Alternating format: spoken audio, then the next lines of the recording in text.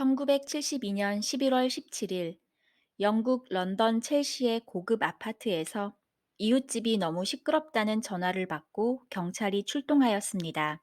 부부싸움이거나 가정 내 단순한 소음이겠거니 했던 경찰은 끔찍한 살인 현장을 마주합니다. 피를 흘리며 바닥에 누워 있는 중년의 여성과 그 옆에 앉아 있는 젊은 남자. 경찰은 즉시 남자를 체포했고, 남자는 여성이 자신의 엄마인데 외할머니가 와서 엄마를 칼로 찔렀다는 말을 합니다. 현장엔 피 묻은 식칼이 바닥에 그대로 있었고, 남자의 옷엔 피가 묻어 있어 외할머니가 찌르고 갔다는 말은 신빙성이 없었습니다.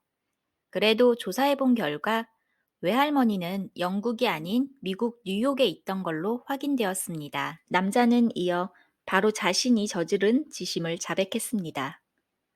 일반적인 존속살인 같았지만 이 사건은 당시 세계적으로 큰 이슈가 되었습니다. 남자의 이름은 앤서니 베클랜드로 굉장히 부유한 미국의 상류층 가문이었으며, 그의 손에 살해당한 어머니는 과거 미모로 유명했던 모델 바바라였습니다. 바바라는 1921년 9월에 미국 매사추세츠주 캠브리지의 평범한 가정에서 바바라 데일리로 태어나 행복한 유년 시절을 보냈습니다. 그러나 1933년 바바라는 아버지 프랭크 데일리를 잃었습니다. 주식시장 폭락으로 모든 돈을 잃은 프랭크는 일산화탄소를 차고에서 공회전시키면서 차에 주입하여 스스로 목숨을 끊었습니다. 아버지의 죽음은 자살이었으나 어머니는 사고사로 위장하여 많은 생명보험금을 받았습니다. 그로부터 몇 년 후 어머니와 바바라는 뉴욕으로 이사했고, 당시 부자들의 상징거리였던 델모니코 호텔 거리에 자리를 잡았습니다. 바바라는 강력한 외모를 갖고 있었습니다. 하얀 피부에 불타오르는 듯한 풍성한 빨간 머리는 그녀의 얼굴을 더욱 돋보이게 했고, 머지않아 그녀는 보그에서 하퍼스 바자에 이르기까지 당시 최고의 잡지에서 모델로 활동하며 뉴욕에서 가장 아름다운 소녀 중 한 명이라고 칭송받았습니다. 바바라는 예쁜 외모뿐만 아니라 야망도 크게 갖고 있었습니다. 그녀는 자신이 화려한 조명과 대도시, 엄청난 돈을 원한다는 것을 알고 있었습니다. 바바라가 갓 성인이 되었을 때 많은 남성들의 관심을 받았습니다. 그녀의 사회적 지위와 아름다움은 상류층 파티에 자주 초대되어 다양한 부자들과 데이트를 했습니다. 그녀의 인기는 매우 좋았고, 그녀는 부자 중에서도 가장 부자였던 브룩스 베클랜드를 선택합니다. 브룩스는 1907년 최초의 완전 합성 플라스틱인 베이클라이트의 발명가, 현대 플라스틱 산업의 창시자로 유명한 화학자이자 수백만 장자 레오 핸드릭 베클랜드의 손자였습니다. 베클랜드는 미국에서 가장 저명하고 극도로 부유한 가문이었습니다. 부유하고 늠름하며 지적인 브룩스는 바바라의 야망을 채워줄 수 있는 완벽한 이상형이었습니다. 1940년대 브룩스의 연인으로서 그로부터 뜨거운 사랑을 받았지만 그녀는 거기서 만족하지 않았습니다. 하루빨리 베클랜드 가문의 일원이 되고 싶어 그녀는 임신했다는 거짓말을 하고 서둘러 결혼을 하게 됩니다. 바바라는 이제 상류층에서도 가장 높은 곳에 있는 인물이 되었습니다. 그녀와 브룩스는 뉴욕의 어퍼이스트 사이드에 있는 호화로운 아파트를 샀고, 할리우드 스타부터 극작가에 이르기까지 모든 종류의 유명 인사들을 자주 접대하며 즐거워했습니다. 하지만 균열이 나타나기까지는 그리 오랜 시간이 걸리지 않았습니다. 남편 브룩스는 그녀의 예쁜 외모만 보고 결혼해서 살다 보니 대화가 통하지 않는 것을 답답해 했습니다. 종종 부부 모임 자리에서 바바라를 조롱하며 대놓고 무시하기도 했습니다. 그녀는 비참했지만 참아야 했습니다. 모두가 바바라의 빛나는 모든 것, 즉 돈, 지위, 아름다운 얼굴을 부러워했지만 그녀에게도 못생긴 면이 있다는 것을 곧 알게 되었습니다. 파티에 참석했던 손님들은 때때로 바바라의 정서적 불안정, 오만한 매너, 과도한 음주에 주목했습니다. 실제로 부부의 많은 친구들은 바바라의 안 좋은 점을 보며 브룩스에게 아주 작은 연민을 가졌고 그들의 아이가 바바라를 닮지 않기를 바란다고 했습니다. 바바라는 얼마 후 진짜로 임신하여 1946년 8월 드디어 원하던 아기 앤서니를 낳았습니다. 앤서니는 어린이로 성장하면서 오싹한 취미를 갖습니다. 바로 곤충과 작은 동물에 관심을 갖고 그것들을 해부하는 것을 좋아했습니다. 이를 목격한 부부의 지인들은 충격을 받아 부부에게 앤서니를 관심 있게 지켜보라고 조언했지만 브룩스는 아들이 베클랜드 가문의 혈통을 이어받아 과학적 재능이 있다며 칭찬하고 오히려 아들의 취미를 응원했습니다. 어머니 바바라의 반응은 남편과는 달랐습니다. 그녀는 아들이 동물 해부하는 것을 싫어했고 남들에게 이런 행동이 알려지는 게 싫어서 앤서니에게 남들 앞에선 하지 말라고 당부했습니다. 그녀는 언젠가 손님들에게 앤서니가 그린 그림을 보여주며 화가로서 재능이 있는 것 같다고 자랑했지만 손님들은 칭찬해 줄 수가 없었습니다. 그 그림은 피 묻은 인간의 모습이었기 때문입니다. 1954년 부부는 권태로운 일상에서 벗어나고자 앤서니를 데리고 유럽 전역을 돌아다니며 살았습니다. 런던, 파리, 스위스 및 이탈리아의 여러 지역에서 주택과 빌라를 임대하면서 바바라와 브룩스는 호화로운 생활을 했습니다. 그들은 아무 걱정 없이 유럽 전역을 다니며 파티를 즐겼습니다. 그녀와 그녀의 남편은 모두 술과 다른 사람들과의 성적 만남에 집착하는 삶을 살았습니다. 1960년대 부부가 파리 아파트에서 파티를 여는 동안 브룩스는 영국 외교관의 딸을 만났습니다. 그 딸은 놀랍도록 아름다웠지만 그보다 15살이나 어렸습니다. 브룩스는 자신의 결혼 생활이 불행하다며 집을 나가버렸고 바바라에게 노골적으로 이혼을 요구했습니다. 쉽게 응할 것이라 기대하진 않았지만 그녀의 답은 그를 충격에 빠뜨렸습니다.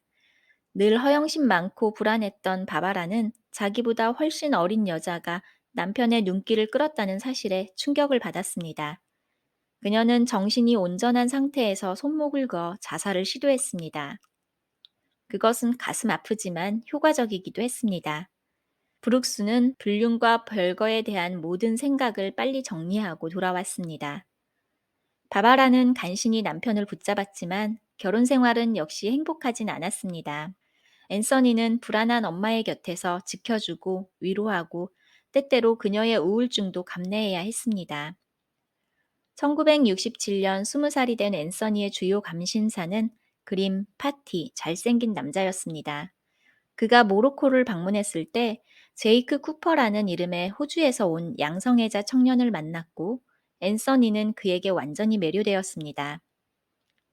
하얗고 뽀얀 미소년 느낌의 병약해 보이는 자신과 달리 그는 구릿빛 피부에 단단한 몸을 갖고 있었으며 소심한 자신과는 다르게 당당하고 거침없는 모습이었습니다. 쿠퍼의 리드로 그들은 금세 우정이 아닌 사랑을 하게 됩니다. 호화로운 고립 속에서 자란 앤서니는 쿠퍼의 모든 것을 동경하게 됩니다. 두 사람은 화끈한 관계를 시작했을 뿐만 아니라 환각제를 구입하고 쿠퍼는 부모에게 반항하는 법을 알려줍니다. 바바라는 아들의 모든 것을 사랑했지만 결코 그의 동성애는 받아들일 수 없었습니다. 그녀는 앤서니와 쿠퍼의 관계를 알게 되고 아들을 당시 거주하던 스위스로 데려와 그 둘을 떼어놓습니다. 엄마와 아들은 싸웠고 엄마는 폭력까지 가했습니다. 결국 아들은 엄마의 말을 듣기로 합니다. 그로부터 머지않아 앤서니는 여자친구라며 실비를 집으로 데려옵니다. 그녀는 프랑스인으로 꽤나 미인이었습니다. 바바라는 아들이 정상적인 연애를 할 수 있을 것 같아 둘을 매우 응원했습니다. 실비가 집에 오는 날엔 꼭 앤서니의 방에서 자고 가도록 했습니다. 아버지 브룩스도 자신의 부를 자랑하며 실비에게 매우 잘 대해줬습니다. 그러나 이것은 아들의 연애를 응원해서가 아니라 자신의 불륜을 시작하기 위해서였습니다. 결국 실비는 앤서니가 아닌 그의 아버지 브룩스와 바람을 피우기 시작했습니다. 1968년 초 바바라는 남편과 아들 여자친구의 관계를 알게 되었습니다. 아들이 이성에 대해 가진 첫 번째 관심을 남편이 망친 것에 분노합니다. 그녀는 이번엔 약물을 복용해 자살을 시도합니다. 그녀가 병원으로 옮겨져 다시 눈을 떴을 때 브룩스는 그녀에게 이혼 소송을 제기했습니다. 실비가 바바라와 동일한 방식으로 자살을 시도해 브룩스에게 둘 중 누구를 살릴 거냐며 그의 선택을 강요했습니다. 실비의 뱃속에 이미 브룩스의 핏줄이 자라나고 있었습니다. 브룩스는 바바라에게 평생 걱정 없이 살 만큼의 금전을 약속했습니다. 결국 그들의 결혼 생활은 끝이 났고 한동안 바바라는 많이 우울해했습니다. 바바라와 아들은 다시 미국으로 돌아와 새 삶을 시작하고자 했습니다. 바바라는 아들에게 더욱더 관심을 쏟기 시작했고 아들의 동성애를 이성애로 바꾸려 했습니다. 그녀는 소녀들을 고용하여 아들을 침대로 데려가는 방법으로 아들을 치료하려고 했습니다. 그러나 역효과만 불러왔습니다. 앤서니는 혼란스러워했고 점점 어머니에게 차가워졌으며 분노하고 공격성을 보였습니다. 이럼에도 불구하고 바바라는 마침내 자신이 직접 유혹하기로 결정합니다. 그의 여름 스페인의 마요르카로 여름 휴가를 떠난 앤서니에게 그녀와 관계를 갖도록 강요했습니다. 이것은 아들의 성적 취향을 변경하는 데 아무런 도움도 안 됐으며 오히려 앤서니에게 큰 트라우마만 남깁니다. 휴가에서 돌아온 후 앤서니는 완전히 변했습니다. 전보다 훨씬 더 혼란스러웠고 폭력적이 되었으며 정신이 나가 결국 정신병동에 입원하게 됩니다. 정신과 의사는 그가 정신분열을 앓고 있다고 하지만 바바라는 인정하지 않습니다. 앤서니는 짧은 입원을 마치고 다시 일상으로 돌아왔고 그림을 그리며 안정을 취하고자 했습니다. 1969년 바바라는 거의 20살이나 어린 아트 큐레이터 샘 아담스 그린을 만나 사랑에 빠졌습니다. 바바라는 아들의 그림을 샘에게 보여주며 인정받고자 했는데 미술계의 노련한 안목을 갖고 있던 샘은 피를 흘리는 사람들을 그린 그림에 압도당하지 않았습니다. 그들의 관계는 고작 6주 만에 끝났습니다. 이후 바바라와 앤서니는 영국 런던으로 가 아파트에서 생활하게 됩니다. 그들의 비정상적인 관계는 지속되고 있었고 1972년 7월 말 앤서니의 분노는 극에 달했습니다. 그는 아파트 현관으로 바바라의 머리채를 잡아 끌고 나와 차들이 다니는 도로로 밀어 넣으려고 했습니다. 마침 바바라의 집을 방문하던 친구에 의해 바바라는 위험에서 벗어날 수 있었습니다. 경찰은 앤서니를 살인 미수로 기소하려 했으나 바바라가 원하지 않았습니다. 대신 앤서니는 정신치료를 받게 됩니다. 바바라는 정신과 의사로부터 앤서니가 살인의 충동이 매우 커 위험하니 입원시키라는 말을 들었습니다. 하지만 바바라는 곧 좋아질 거라 믿으며 의사의 말을 듣지 않았습니다.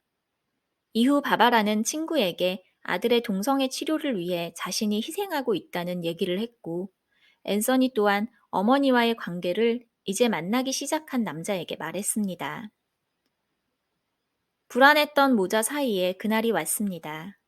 1972년 11월 17일, 앤서니는 어머니에게 자신의 남자친구를 소개하고 싶다 했으나 바바라는 완강히 거부했고 그들의 분노가 폭발했습니다. 앤서니는 부엌에서 칼을 들어 그대로 어머니의 심장으로 꽂았습니다. 그날 밤 앤서니가 어머니를 공격했을 때 어머니는 겨우 51살이었지만 그 자신은 겨우 25살이었습니다. 그가 체포된 후 그에 대한 재판은 1973년 6월 6일에 시작되었습니다. 모든 증인들은 그의 어머니가 그에게 한 일과 근친상간 관계에 대해 알고 있다고 주장했습니다. 그는 또한 분명한 정신병자였습니다. 재판 전에 감금되어 있는 동안 그는 종종 방문객들에게 어머니의 안부를 묻곤 했습니다. 법정에서 만난 브룩스는 아들이 정신병이 아니라 사악한 것이라며 그를 살인으로 형량을 내려야 한다고 했습니다. 그에게는 이미 어린 아들과 아내가 있었기에 앤서니를 아들로 인정하고 싶지 않다고 했습니다. 그러나 앤서니의 변호는 매우 잘 주장되었기 때문에 판사는 그에게 연민을 느꼈고 그를 투옥하는 대신 보안이 철저한 정신병동인 브루드 무어 병원에 수용하기로 결정했습니다. 그가 있는 동안 브루드 무어 병원엔 부자와 유명인이 방문했습니다. 아마도 어머니의 유명인 지위와 앤서니가 여전히 베클랜드 가문이라는 것 때문일 겁니다. 앤서니는 병원에 있는 동안 기괴한 모양의 조각품을 만들어 브룩스의 어린 아들에게 선물로 보냈는데 거기엔 악마라는 글이 쓰여져 있었습니다.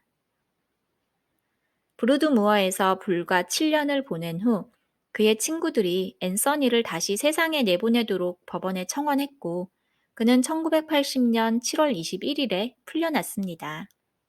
그의 외할머니 니니는 자신의 딸을 죽였다는 사실보다 손자가 처한 상황을 가엾게 여겼고 그녀의 감독하에 그가 정상적인 행복한 삶을 살 수 있다고 믿었습니다.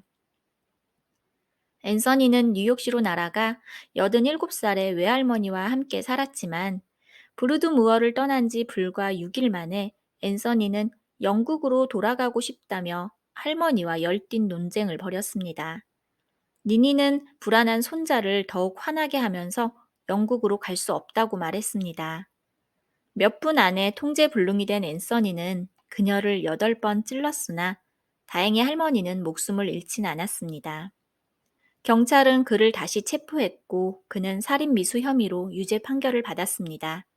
이번에는 라이커스 섬에 갇히게 됩니다.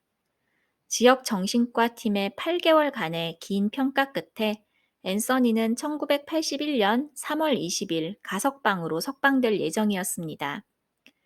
그러나 브루드무어에서의 병원 기록이 넘어오는 시간이 지연되어 판사가 가석방을 연기해야 했습니다. 좀 더 기다려야 한다는 소식을 듣고 법정에서 돌아온 지 30분 만에 앤서니는 33살의 나이로 자신의 감방에서 머리에 비닐봉지를 단단히 감아 숨진 채 발견되었습니다. 이 사건은 2007년에 세비지 그레이스라는 이름의 영화로 바바라와 앤서니의 삶을 바탕으로 앤서니의 출생부터 어머니를 살해한 혐의로 체포될 때까지를 다뤘습니다. 바바라와 6주간 만났던 샘 그린은 영화를 보고 영화 속 바바라, 앤서니, 샘이 함께 자는 장면이 잘못되었다며 지적했습니다. 바바라와 사랑을 나눈 건 사실이지만 나는 확실히 그녀의 아들과 잠을 잔 적이 없습니다. 나는 양성애자도 아닙니다. 라고 밝혔습니다.